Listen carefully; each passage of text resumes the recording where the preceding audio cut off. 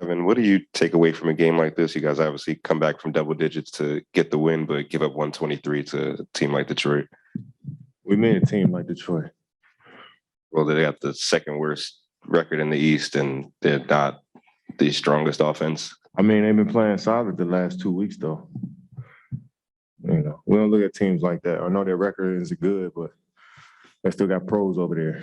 And tonight they made shots. They start off the game making 6 threes in the first quarter.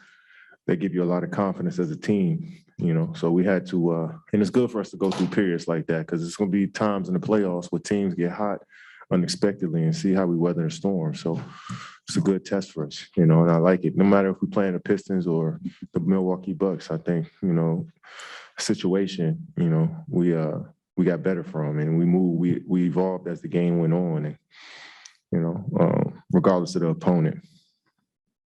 And following up, just a lot of times, a lot of the shots that you hit tonight, you just had a hand draped all over you and you just hit them anyway. What's that feeling for you when you hit shots and defenders can't seem to do anything about it? Oh, man, just some of those shots, the defense playing good, good team defense, and you only see a small crack where you can get a shot off, and just try to stick to my fundamentals. And I know that demoralizes some teams when you make shots over a good defense, and that calms our team down as well when we're making those shots. So I want to get better shots sometimes. I feel like a couple of them was just like, I'm hot, let me risk it, but getting the best shot I can. Sometimes it may be over a guy in the lane, but I feel like that's open.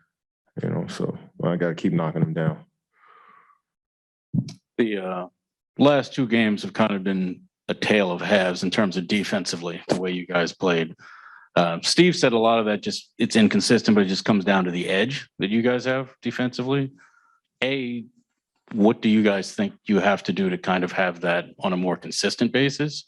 And 2, do you think that has to kind of be player-led in terms of internally?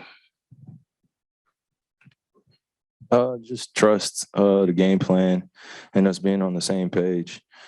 Just gearing up for what the postseason will look like for us, where we'll have a little bit more time to prepare, have some plays that we'll have some schemes. But I think it just comes down to trust. And Steve's right in terms of the edge and playing with that consistently. But it's just continuously making adjustments and being comfortable with that and just flowing with the game, But we're going to have to make our staple as a team on the defensive end, because if we're going back and forth in the shooting contest, obviously we'll still be in the game, but sometimes those games could be back and forth and lead to mistakes on our end. And, we don't want to put our heads down too often when we get down in games, but we just have to make our emphasis on the defensive end. I got one for you, Kevin. You're just talking about the Pistons playing well the last 2 weeks. I mean, what do you think of their core going forward with their young guys? Oh, man, you got when you got a 6'7" point guard, I mean, shit, it's a good start, man, somebody that can wreck a whole defensive game plan, with his size, his talent, and skill. So it's a great start. And then you got on line Sadiq Bey and Marvin Bagley and Jeremy Grant and Isaiah Stewart. I mean, they got just length and toughness down the line, and with a great coaching staff, that's going to get the best out their players. So I can see this team being something forced to be reckoned with in the future. And just rather, Nick's been in town as long as you guys. It seems like since that Philly game, he's been extremely effective on both ends of the floor. Just what have you seen out of him in the last, I guess, whatever that is, 2.5 weeks? Nick? Yeah. Yeah, no, just a consistency on both ends of the floor, but he's thinking right now. He's thinking the game at a high level, the way we need him to. And he's just picking up his effort and it's showing. And we just want to continue to do that.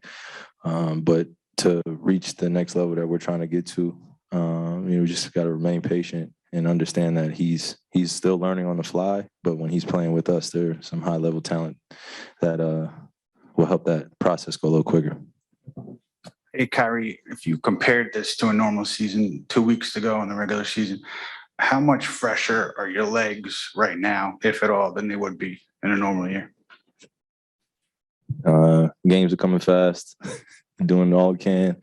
But but yeah, this is what the end of the season has been like for the last few years, and it's all going to come down to the team that has the healthiest bodies, and we want to be one of those teams. So we're doing everything possible to prepare for game to game. So just doing everything we can. You guys have obviously had a lot of years of experience at it, but what is the key to slowing Giannis down? I mean, slowing him down. What you mean by that? So we didn't go off. I mean, he's one of those players that established himself that like his points are almost absolute, like guarantee. You know what I'm saying? So it's about playing physical, making it as tough as you can, and also from top to bottom, their whole team. They got a great team that play well off each other with continuity. So it's much more than Giannis, but his points, they're gonna happen. So you just got to make them as tough as possible. Hey, Kevin, Jay Wright was on the radio today. Jay Wright, the Villanova coach.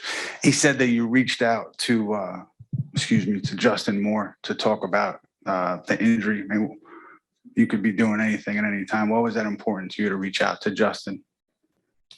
Justin's from my area. Me and Coach Wright spent a lot of time this summer, so we built a tight bond, and we.